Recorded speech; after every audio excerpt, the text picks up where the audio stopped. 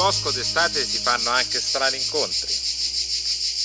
Questo è uno splendido maschio di cervo volante. È un coleottero che oggi non è più molto comune, tant'è vero che in Italia è protetto. Questi insetti passano anche 6-7 anni allo stadio di larva, nutrendosi di vecchio legno, e poi in estate emergono dal terreno dove hanno fatto la metamorfosi. Il maschio si distingue bene dalla femmina perché ha queste grandi mandibole che ricordano le corna del cervo, da cui il nome comune di cervo volante. Questa specie di coleottero oggi è protetta perché il suo habitat naturale sta scomparendo a causa della gestione del bosco, dove non si lasciano più i vecchi alberi che sono la fonte di nutrimento per le sue larve. Queste grosse mandibole gli servono, oltre che per difendersi, anche per combattere contro gli altri maschi. Infatti, una volta che si sono impadroniti di una femmina, questi impediscono a qualsiasi altro maschio della sua specie di avvicinarsi.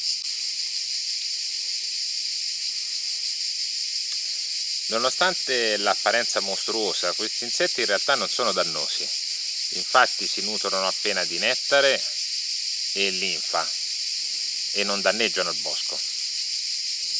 I suoi nemici naturali sono pochi, perché come vedete è un animale che non è proprio un boccone facile.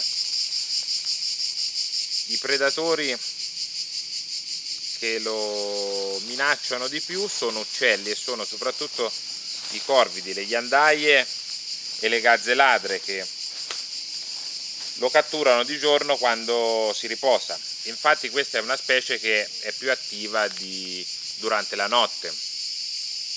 Vi sarà capitato magari di vederne volare qualcuno vicino al lampione. In realtà anche nel volo non sono molto agili.